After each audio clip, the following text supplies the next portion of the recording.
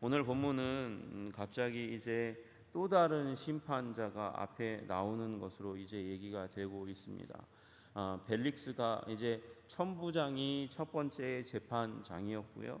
그 다음에 이제 총독에게로 가서 위험하니까 총독에게로 이송시키는 과정 가운데 벨릭스가 두 번째 재판장이었습니다. 근데 벨릭스가 유대인들과 그리고 또 시리아인들과의 격돌, 아마 시민권 권리 이런 부분들 때문에 싸웠고, 그 싸움 가운데 이 벨릭스가 중재를 잘 못했다는 혐의 때문에 로마에서 벨릭스를 소환했어요. 그래서 소환하고 베스도가 이제 왔고, 베스도가 이제 2년 동안 이곳 이제 이 가이사랴와 그 다음에 유대의 예루살렘을 중심으로 한 유대 지역을 이렇게 통치하는데, 그 가운데서 이 사람은 공명정대함을 이제 표상하고 그 전임자가 싸움을 잘 중재하지 못했기 때문에 올바른 절차대로 일을 해결하고자 하는 그런 뜨거운 마음이 있었습니다. 그래서 두 번에 걸쳐서 심리를 했어요. 한 번은 예루살렘에서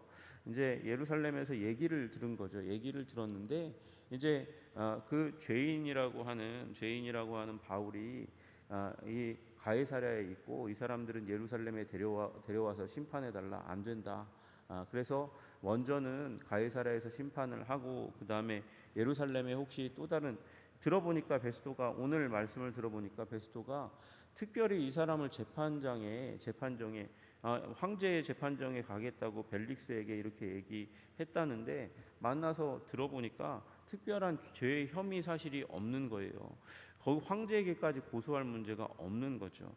그리고 이제 와가지고 그래서 이제 유대인들 앞에서 얘기를 하는 가운데서 특별한 혐의가 없으니까 예루살렘까지 가겠는가, 가이사랴에서 얘기하다가 이제 예루살렘까지 가겠는가 그랬더니 안 된다고 이제 다시 한번 가이사에게 상소하는 일이 일어납니다.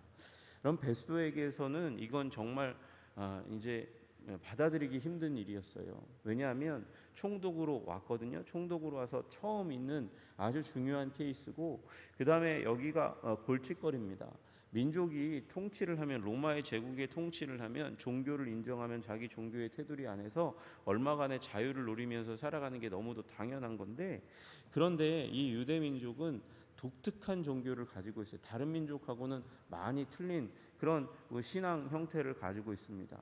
대부분은 그냥 여러 신들, 로마의 신들도 함께 믿어줘요. 근데 유대 민족만큼은 굉장히 신앙의 순수성을 강조하고 친로마적인 성향을 가진 사람들조차도 유대교의 골수분자인 경향이 많아요. 그러니까 지금 굉장히 이 어려운, 통치하기 어려운 민족인데, 그 민족이 죽이고자 하는 사람이 있단 말이에요. 모두가 다 들고 일어나서 죽이고자 하는 사람이 있고, 그가 갑자기 이제 이 자기들이 잘 보여야 되는 유대 사람으로 치자면 이 바울을 죽이는 게 맞는데, 아무리 살펴보아도 죽일 만한 이유가 없는 거예요. 그래서 고민하고 있는 가운데 아그리빠가 옵니다. 아그리빠가 누구냐? 여러분, 우리 첫 번째 예수님이 태어나실 지경 가운데 있었던 헤롯 대왕의 증손자예요. 증손자.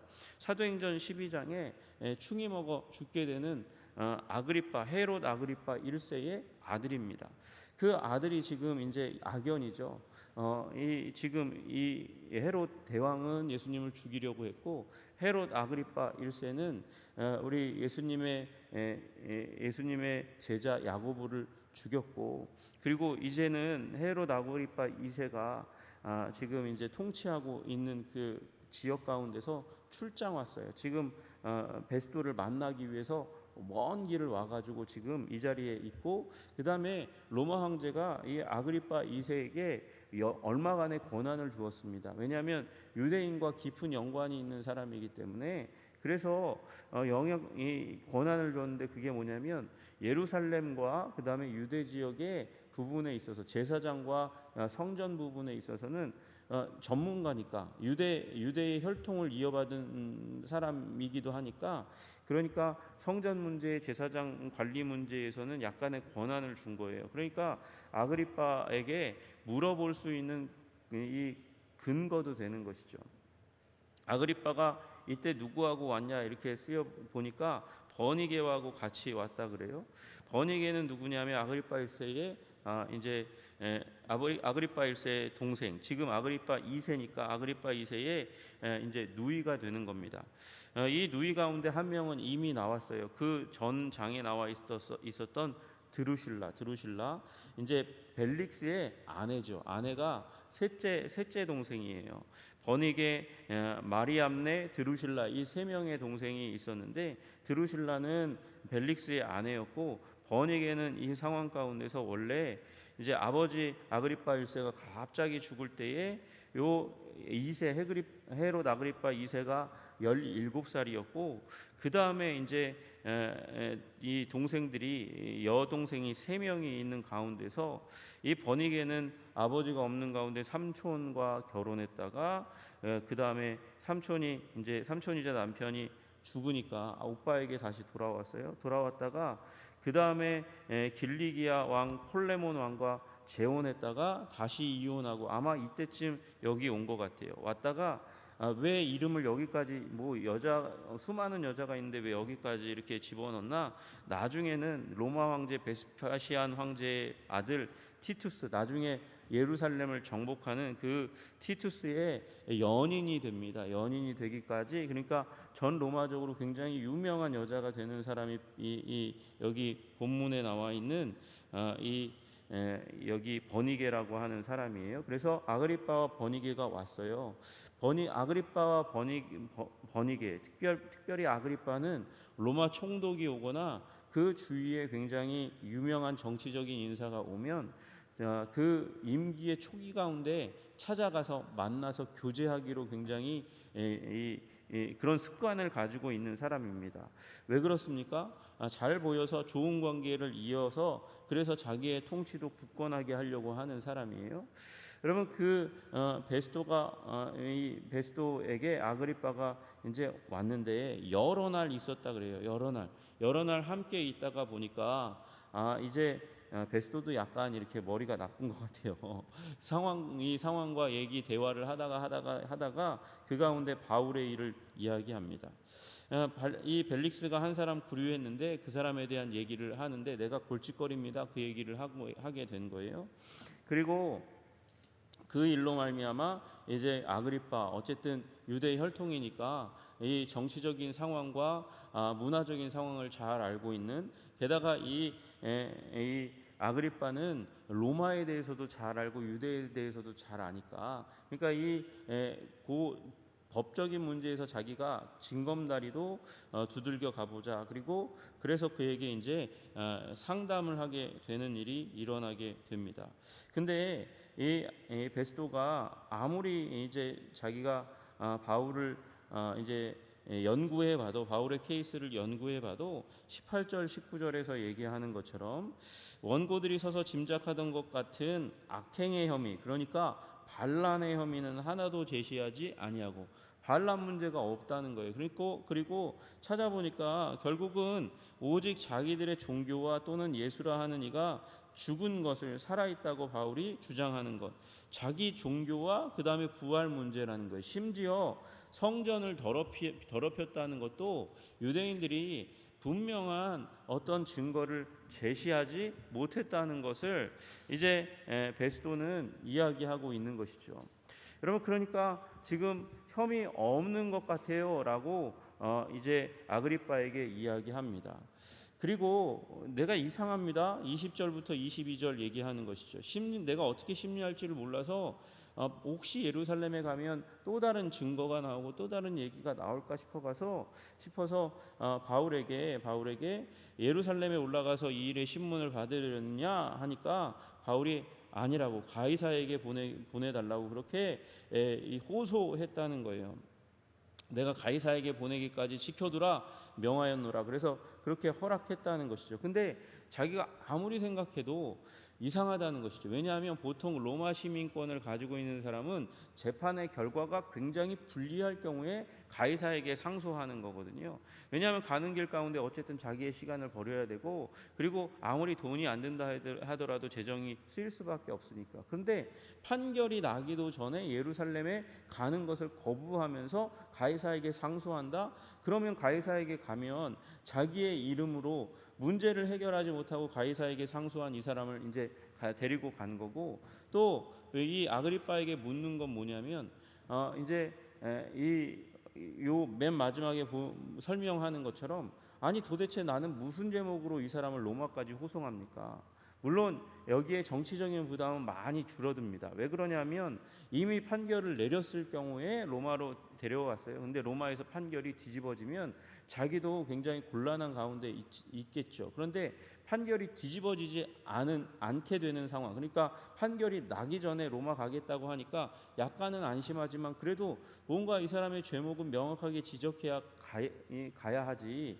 그렇지 않고 보낼 수는 없는 거잖아요. 그래서 이제 베스도에게 물어봤더니 베스도가 나도 궁금해, 한번 만났으면 좋겠어. 그래서 베스도의 이 벨릭스와 이 베스도와 그리고 아그리빠가 함께하는 연합 이제 재판이 이루어지게 됩니다. 그게 23절의 말씀이에요. 근데 그렇게 연합 재판하는 가운데 아그리빠가 어떻게 나오나 봤더니 이제 크게 위험을 갖추고 왔다, 그렇게 얘기하고 있어요. 왕의 복식을 입고 나온 것 같아요. 왕의 복식을 입고 나왔어요. 그러니까 멋있게 하고 나오고, 그리고 거기에다가 천부장을 아마 그 당시에 가이사랴에는 천부장이 한 5명 정도 거주했다 그래요. 그리고 예루살렘에는 그 천부장 한 사람과 같은 권한을 가지고 있는 사람이 한 사람 거하고 있으니까 가이사랴는 뭐 행정상 군사상으로 보면 5배나 더 중요한 곳이라고 얘기할 수 있겠죠.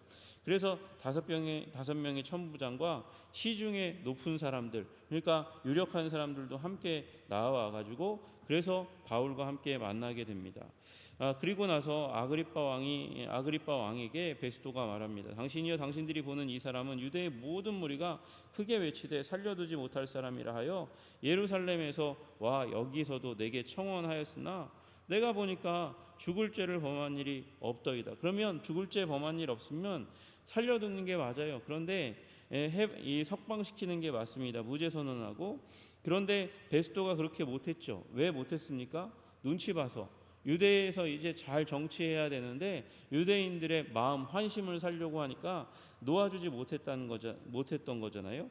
그러나 그가 황제에게 그 부분은 쏙 빼고 그건 지워버리고 그건 사람들에게 인식시키지 않고 그가 황제에게 상소한 거로 보내기로 결정하였습니다. 그런데 26절 27절의 말씀, 결국은 내가 왕 앞에 무슨 제목으로 보낼지 몰라서 그래서 지금 그 제목도 밝히지 아니하고 죄수를 보내는 것이 무리한 일인 줄 아나이다. 그렇게 얘기하면서 이제 바울의 변론을 다시 듣고 그 바울의 변론을 듣는 가운데 아그리빠의 선견으로, 좋은 견해로 말미암아서 사도 바울의 죄가 무엇인지 한번 가려보려고 하는 그 가운데 있습니다.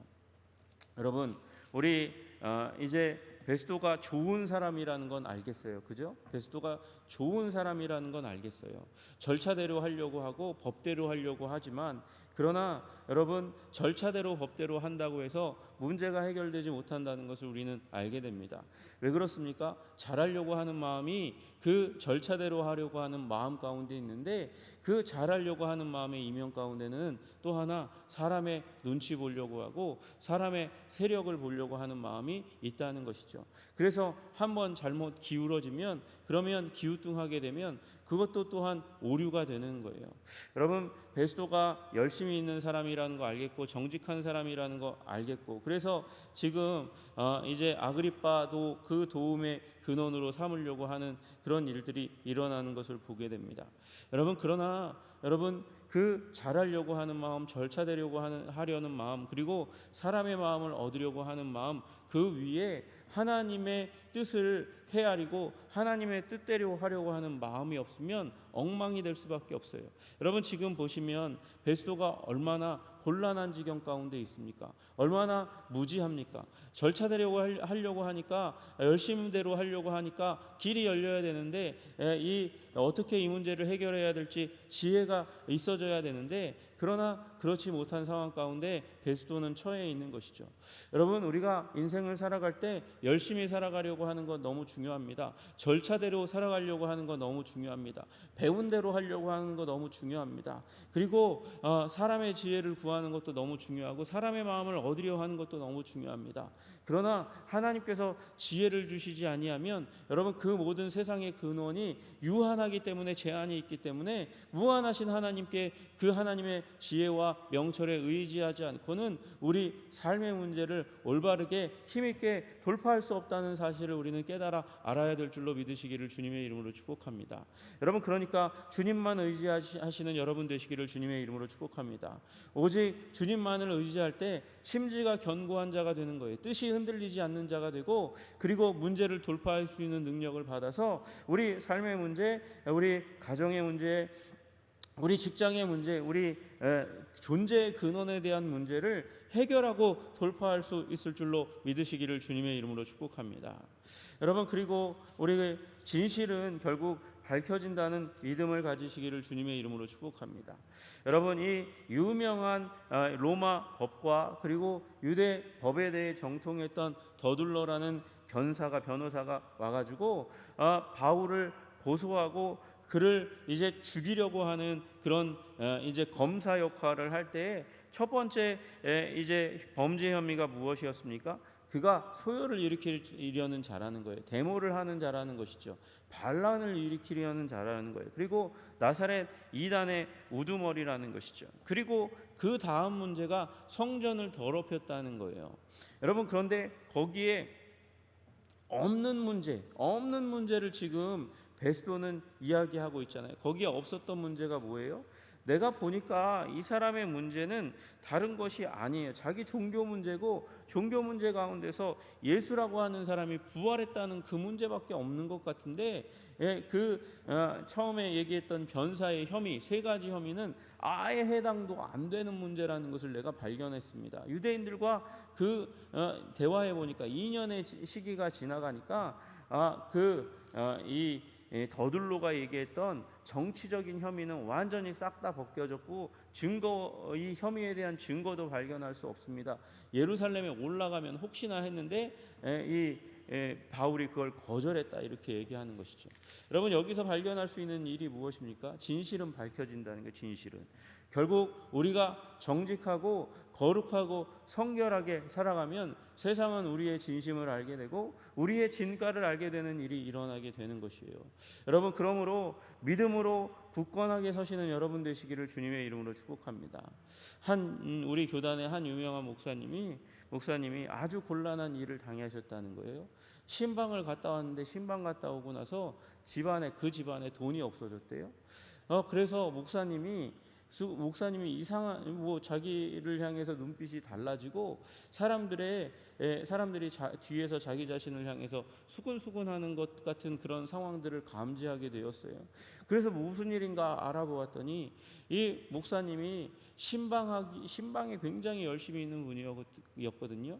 자동차 트렁크에 여러 가지 선물을, 쌀도 담아놓고 여러 가지 선물을 담아놓고, 그리고 가난한 성도들이 그때 참 많았으니까 쌀 조금씩 나눠주면서 신방하고 기도하고, 그래서 교회가 성장했는데, 그런데 어느 집에서 얘기가 나온 게 돈이 없어졌다는 거예요. 목사님이 신방하고 나서 돈이 없어졌다는 거예요.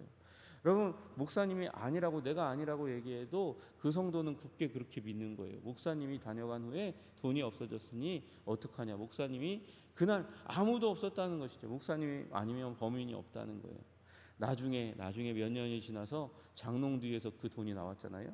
그래서 그 목사님이 누명을 벗었습니다.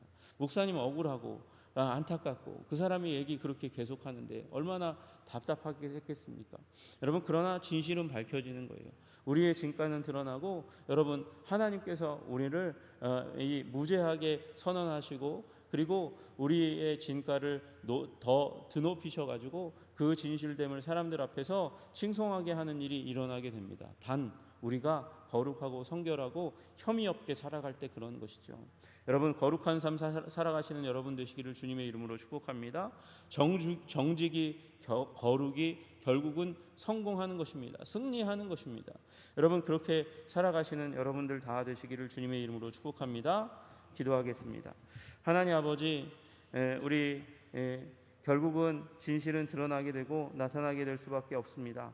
여러분, 그리고 그렇습니다. 하나님, 그리고 결국 우리는 천국에서 하나님 보좌 앞에서 우리의 인간됨이, 우리의 부족하고 연약함들도 드러나겠지만 하나님을 향한 열심과 거룩도 드러나게 될 것을 믿게 하여 주시옵소서. 그러므로 거룩하고 성실하게 살아가게 하여 주시옵소서. 주님만 의지하며 살아갈 수 있도록 주님 도와주시옵소서.